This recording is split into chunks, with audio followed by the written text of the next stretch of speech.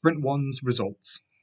Currently, for Sprint 1, I have managed to get the player character in, ice physics in, and I've got the assets in, but not the code for hazards.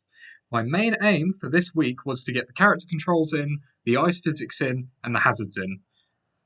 I haven't managed to finish coding for the hazards. However, the character controls took longer than expected because of a new system that I had to learn alongside having to exactly figure out what I wanted for ice physics. So I'm going to move the hazards onto next week, as the coding shouldn't be too bad because it's going to be a simple touch and die mechanic and not really a health-based mechanic. Plus, hazards kind of have to be worked alongside the other mechanics of respawning at flags, which I realised kind of late into the development, admittedly. As for what's currently implemented, the character is fully implemented and working.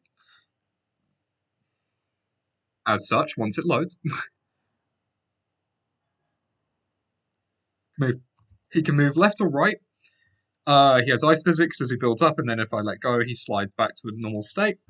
And he could also jump only once for now. Still playing with the idea of multiple jumps. And he slides down slopes. Like so. As for the code uses the input system now. So the movement checks which direction they are moving and prevents movement if...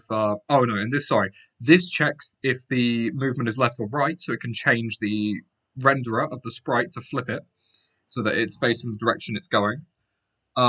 Then my fixed update calculates which direction it should be going based off of the move input. My jump action reads a grounded boolean and adds jump force as a jump when you press spacebar. There's a trigger. There are triggers for the grounded boolean to check if you are on the ground or not. And there's a start to gather everything. I should change this to an awake. There we go. And there are movement speed booleans, jump force booleans. There's a move input to calculate which direction the player is pressing for the movement field, and a max and a minimum slide to prevent players from running too fast when they are playing the game. For now, I've privated the variables with a serialize so that I don't have to worry about getting into the code every time I want to change the value. However, that will change with the full release. So far, that is all the progress that I've made.